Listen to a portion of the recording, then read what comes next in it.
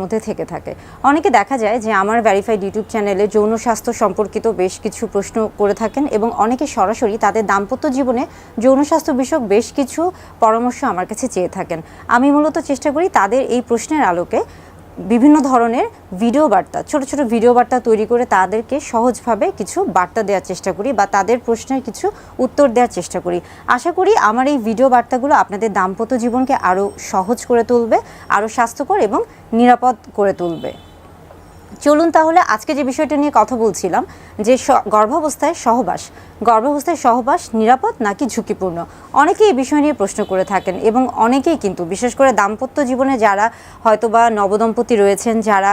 গর্ভাবস্থার মধ্যে যাচ্ছেন কিংবা যারা মাতাপিতা হতে যাচ্ছেন, তাদের মধ্যে কিন্তু এই প্রশ্নটি অনেক সময় থাকে এবং অনেকে এই প্রশ্নটা কাকে করবেন বা আদৌ করবেন কিনা এরকম একটা দ্বিধাদ্বন্দ্বে ভুগে থাকেন। অনেকে মনে করে থাকেন যে এমন প্রশ্ন যদি কাউকে করা হয় কিংবা তিনি যে চিকিৎসকের পরামর্শে আছেন তাকেও যদি এমন প্রশ্ন করা হয়ে থাকে তাহলে তিনি সেই বিষয়টা কিভাবে নিয়ে থাকবেন, এরকম একটা দ্বিধাদ্বন্দ্বে অনেকেই ভুগে থাকেন। তাই আজকের ভিডিওটি মূলত গর্ভাবস্থায় সহবাস করা যাবে কিনা বা সহবাস যদি করা যায় তাহলে সেটার ক্ষেত্রে নিয়মগুলো কি হতে পারে কিংবা গর্ভাবস্থায় সহবাস কি আসলেই ঝুঁকিপূর্ণ কিনা এই বিষয়টা নিয়ে মূলত কথা বলবো। বহির্বিশ্বে গবেষণায় দেখা গেছে যে গর্ভাবস্থায় সহবাসের ক্ষেত্রে প্রায় শতকরা 30% দম্পতির ক্ষেত্রে দেখা গেছে যে তারা গর্ভাবস্থায় দাম্পত্য জীবনে সহবাসে অভ্যস্ত, অর্থাৎ তারা অ্যাক্টিভলি সেক্সুয়ালি ইন্টারকোর্স করে থাকেন এবং প্রেগন্যান্সি টাইমে। অর্থাৎ দেখা যাচ্ছে যে প্রায় শতকরা 30% দম্পতি তাদের গর্ভাবস্থায় জীবনে তারা সহবাসে লিপ্ত হয়ে থাকেন।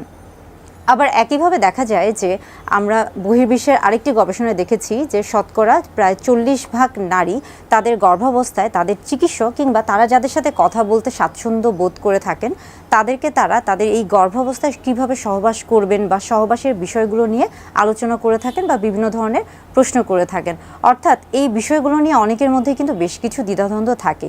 গর্ভাবস্থায় সহবাস আসলে কি ঝুঁকিপূর্ণ? না, গর্ভাবস্থায় সহবাস কিন্তু খুবই স্বাভাবিক একটি প্রক্রিয়া, কিন্তু এই ক্ষেত্রে বেশ কিছু নিয়মকানুন মেনে চলতে হয়। তাই তো অনেক সময় দেখা যাচ্ছে, বিশেষ করে ইউএসএতে একটা গবেষণা করা হয়েছে 2017 সালে এবং সেখানে দেখা গেছে যে 1/3 মানুষ, সেই গবেষণার মাধ্যমে দেখা যায় যে 1/3 মানুষ তারা বিশ্বাস করেন যে গর্ভাবস্থায় যদি সহবাস করা হয়ে থাকে সেই ক্ষেত্রে তাদের সন্তানের সমস্যা হতে পারে বা সন্তানের ঝুঁকি হতে পারে এবং সেই কারণে তারা কিন্তু গর্ভাবস্থায় সহবাস করা থেকে বিরত থাকেন। এবং পাশাপাশি দেখা যাচ্ছে যে অনেক সময় বিশেষ করে গর্ভাবস্থায় এই যে সহবাসটা হচ্ছে, গর্ভাবস্থার পুরো সময়টাকে যদি আমরা 3 ভাগে ভাগ করে থাকি, প্রথম ট্রাইমাস্টার যেটা কিনা আমরা বলে থাকছি ফার্স্ট ট্রাইমাস্টার, সেকেন্ড ট্রাইমাস্টার এবং থার্ড, অর্থাৎ প্রথম 3 মাস, মধ্যবর্তী 3 মাস এবং শেষ 3 মাস। প্রথম 3 মাসের ক্ষেত্রে যদি খেয়াল করা হয়ে থাকে সেই ক্ষেত্রে সহবাসের সংখ্যাটা একটা গড়ে একটা পরীক্ষা দেখা গেছে যে সেটা অনেক সময় অনেকের ক্ষেত্রে বা অনেক দম্পতির ক্ষেত্রে সেটা হয়তো বা গড়ে 20 বার পর্যন্ত হয়ে থাকে এবং মধ্যবর্তী পর্যায়ে বা মধ্যবর্তী যে 3 মাস রয়েছে সেখানে সেটা অর্ধেক হয়ে যায়, অর্থাৎ সেটা 20 থেকে 10-এ চলে আসে এবং শেষ যে ট্রাইমেস্টার রয়েছে বা শেষ যে 3 মাস রয়েছে সেখানে দেখা যায় যে আরও অর্ধেক হয়ে যায়, অর্থাৎ সেই সংখ্যাটা গড়ে 5 বারের মতো হয়ে যায় বা 5 বারের চেয়ে কম হয়ে যায়। অর্থাৎ প্রাথমিক পর্যায়ে যখন তিনি হয়তোবা বুঝতে পারেন না যে তিনি আসলে গর্ভধারণ করেছেন কিনা এবং সেই সময় দেখা যাচ্ছে যে সহবাসের সংখ্যাটা বেশি থাকে এবং আস্তে আস্তে যখন মধ্যবর্তী একটা অবস্থানে চলে আসেন তখন যেহেতু শারীরিক বিভিন্ন প্রক্রিয়ার একটা পরিবর্তন চলে আসে ভিতর থেকে এবং বাহির থেকে, একটা বিভিন্ন ধরনের পরিবর্তন আসে নারীর মধ্যে, সেই কারণে দেখা যায় যে মধ্যবর্তী যে 3 মাস রয়েছে সেখানে আস্তে আস্তে সহবাসের সংখ্যাটা কমতে থাকে, অর্থাৎ আস্তে আস্তে একটা অনীহা তৈরি হতে থাকে এবং শরীরে যেহেতু একটা হরমোনের তারতম্য দেখা যায়। এবং পাশাপাশি দেখা যাচ্ছে যে শেষ যে 3 মাস রয়েছে এই 3 মাসে সবচেয়ে কম, এটার কারণ হচ্ছে যৌনক্রিয়ার প্রতি আগ্রহ বা সহবাসের প্রতি আগ্রহটা আস্তে আস্তে একদমই নাই হয়ে যায় বা একদমই কম হয়ে যায়। এটা কারণ মূলত দেখা যায় যে এই শেষ 3 মাসে কিন্তু বাচ্চার যে গঠন, দৈহিক গঠনটা খুব দ্রুত বৃদ্ধি পেতে থাকে এবং এই ক্ষেত্রে কিন্তু মায়ের শরীরের ভিতরেও একটা শারীরবৃত্ত একটা প্রক্রিয়া বা একটা পরিবর্তন দেখা যায় এবং আস্তে আস্তে দেখা যাচ্ছে যে তার মধ্যে একটা অনীহা আসে, অনেক সময় বমি বমি ভাবটা অনেক বেশি বাড়তে থাকে এবং শারীরিক বিভিন্ন নানাবিধ সমস্যা দেখা দিতে পারে, যার কারণে সহবাসের সংখ্যাটা গড়ে কমে যায়। অর্থাৎ আমরা বলছি যে গর্ভাবস্থায় যে সময়কাল রয়েছে প্রথম 3 মাস, মধ্যবর্তী 3 মাস এবং শেষ 3 মাস, এই প্রত্যেকটি প্রথম থেকে শুরু করে শেষ পর্যন্ত যত দিন আগাতে থাকবে বা বাড়তে থাকবে, সহবাসের প্রতি আগ্রহ বা অনীহাটা তত বেশি বাড়তে থাকবে। এবং আরেকটা গবেষণায় দেখা গেছে, এই সবগুলো গবেষণা কিন্তু বহির্বিশ্বে করা হয়েছে, এবং সেই গবেষণা দেখা যায় যে গর্ভাবস্থায় দম্পতিদের ক্ষেত্রে, বিশেষ করে বেশ কিছু দম্পতির ক্ষেত্রে দেখা গেছে যে তাদের মধ্যে শতকরা 50% দম্পতি তারা হচ্ছে গর্ভাবস্থায় সক্রিয়ভাবে সহবাসে সক্রিয় থাকছেন বা হচ্ছে সহবাসে সক্রিয় ভূমিকা পালন করছেন। এখনও অনেক জায়গায় কিন্তু বেশ কিছু ভ্রান্ত ধারণা রয়েছে গর্ভাবস্থায় সহবাসের ক্ষেত্রে, এবং সেই কারণে কিন্তু গর্ভাবস্থায় অনেক ক্ষেত্রেই সহবাসকে নিরুৎসাহিত করা হয়। এটা বেশ কিছু কারণ রয়েছে, কারণ দেখা যাচ্ছে যে গর্ভাবস্থায় স্বাভাবিকভাবে যে নিয়মগুলো মেনে চলার কথা ছিল, হয়তো বা অনেকে সেই নিয়মগুলো মেনে চলেন না, এবং যার কারণে দেখা যায় তিনি এমনিতেই স্বাস্থ্য ঝুঁকিতে থাকেন। এবং এছাড়া দেখা যাচ্ছে যে অনেক ক্ষেত্রে, বিশেষ করে বহির্বিশ্বে আরেকটা গবেষণা হয়েছে, এবং সেই গবেষণা দেখা গেছে যে 1/3 দম্পতি তারা শেষ যে 3 মাস রয়েছে, গর্ভাবস্থার শেষ যে 3 মাস রয়েছে কিংবা থার্ড ট্রাইমেস্টার, সেই ক্ষেত্রে দেখা যায় যে তারা মূলত ওই সময়টাতে তাদের সহবাস থেকে, তারা দাম্পত্য জীবনের সহবাস থেকে বিরত থাকেন, যেটাকে আমরা বলে থাকছি যে দাম্পত্য জীবনের সহবাস থেকে তারা একদমই বিরত থাকছেন, যেন সন্তানের কোনো ক্ষতি না হয়ে থাকে বা ঝুঁকি না হয়ে থাকে। এটাও কিন্তু একটা গুরুত্বপূর্ণ বিষয়। তবে কেন আসলে হচ্ছে গর্ভাবস্থায় এই যে সহবাসকে নিরুৎসাহিত করা হচ্ছে, বা কেন হচ্ছে ভ্রান্ত ধারণা রয়েছে, কি কি কারণে, সেই বিষয়গুলোও কিন্তু জানা উচিত। আমরা বলে থাকি যে একজন গর্ভস্থ শিশু যখন গর্ভে থাকে, তখন শিশুটি, আমরা যদি বেলুনের সাথে তুলনা করে থাকি, যে অ্যামনিওটিক ফ্লুইডের ভিতরে শিশুটি থাকে, অর্থাৎ এটা কিন্তু একটা বেলুনের মতো, এবং শিশুটা কিন্তু সেই বেলুনের ভিতরে থাকে, এবং এই বেলুনের যে পর্দাটা রয়েছে সেটা কিন্তু শিশুকে বাহিরের যে আবরণ রয়েছে বা বাহিরের পরিবেশ থেকে সুরক্ষিত রাখে। অ্যামনিওটিক যে মেমব্রেন বা ফ্লুইড রয়েছে, বা অ্যামনিওটিক মেমব্রেন বা পর্দা যেটা রয়েছে, সেটা কিন্তু বাচ্চাকে বাহিরের পরিবেশ থেকে সুরক্ষিত রাখে, এবং এটা কিন্তু খুব সহজে, শুধুমাত্র সহবাসের কারণে এই পর্দাটা কিন্তু ফেটে যাওয়া বা ছিঁড়ে যাওয়া বা নষ্ট হয়ে যাওয়া সম্ভব না। আবার পাশাপাশি দেখা যায় যে গর্ভস্থ শিশুর ক্ষেত্রে অনেক সময়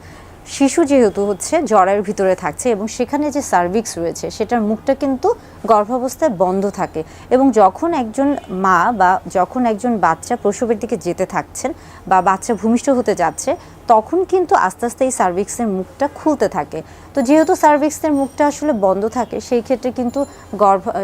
কিন্তু গর্ভাবস্থা যখন সহবাস করা হয়ে থাকে, তখন কিন্তু আসলে সার্ভিক্স পর্যন্ত সচরাচর পুরুষ লিঙ্গ যাওয়াটা সম্ভব হয়ে থাকে না, অর্থাৎ সেই পর্যন্ত পৌঁছায় না, যার কারণে কিন্তু বাচ্চা সুরক্ষিত থাকে। এবার আসি আরেকটা বিষয় নিয়ে, যে গর্ভাবস্থায় দেখা যাচ্ছে যে গর্ভাবস্থায় দেখা যায় যে জরায়ুর যে সংকোচন এবং প্রসারণ রয়েছে, সেটা মূলত হরমোন অক্সিটোসিনের কারণে হয়ে থাকে। এখন যদি আমরা বলে থাকছি যে বিভিন্ন কারণে অক্সিটোসিন হরমোনটা শরীরে তৈরি হয়ে থাকে, এই সময় যদি আমরা নিপলে স্টিমুলেশন বা উত্তেজনা দিয়ে থাকি, সেই ক্ষেত্রেও কিন্তু অক্সিটোসিন তৈরি হয়ে থাকে, এবং এটা কিন্তু প্রসবটাকে অনেক বেশি ত্বরান্বিত করে থাকে। অর্থাৎ গর্ভাবস্থায় কিন্তু বিভিন্ন কারণেই আপনার হরমোনের তারতম্য হয়ে থাকে, এবং বাচ্চার হচ্ছে প্রসবটা যেভাবে হয়ে থাকার হরমোনের কারণে সেভাবে তো হচ্ছেই, কিন্তু এটার সাথে কিন্তু সহবাসের খুব একটা গুরুত্বপূর্ণ সম্পর্ক নেই। কিন্তু তারপরে অনেকেই বলে থাকেন যে গর্ভাবস্থায় সহবাস করলে হয়তো বা এটা ক্ষতির কারণ হতে পারে। এটা কিন্তু ভ্রান্ত ধারণা। আপনি যদি সঠিক নিয়ম মেনে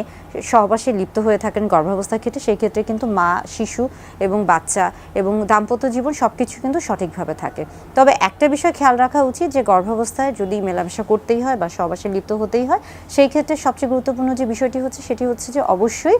প্রোটেকশন নেওয়া বা সুরক্ষিত রাখা। সেই ক্ষেত্রে কন্ডোম খুব গুরুত্বপূর্ণ ভূমিকা পালন করে থাকে, কেননা গর্ভাবস্থা দেখা যায় যে গর্ভস্থ শিশু এবং মা ইতিমধ্যেই একটা ঝুঁকির মধ্যে থাকে। সেই ক্ষেত্রে যদি আপনি কন্ডোম ব্যবহার না করে গর্ভাবস্থায় যদি আপনি সহবাসে লিপ্ত হন, অনেক ক্ষেত্রে কিন্তু সেক্সুয়ালি ট্রান্সমিটেড যে ইনফেকশনগুলো রয়েছে, অর্থাৎ যৌনবাহিত যে জীবাণুগুলো রয়েছে, সেগুলো দ্বারা কিন্তু মা এবং বাচ্চা দুজনেই কিন্তু খুব সহজেই সংক্রমিত হতে পারে, এবং তারা হচ্ছে যৌনবাহিত যে রোগগুলো আছে সেগুলোতে ভুগতে পারে।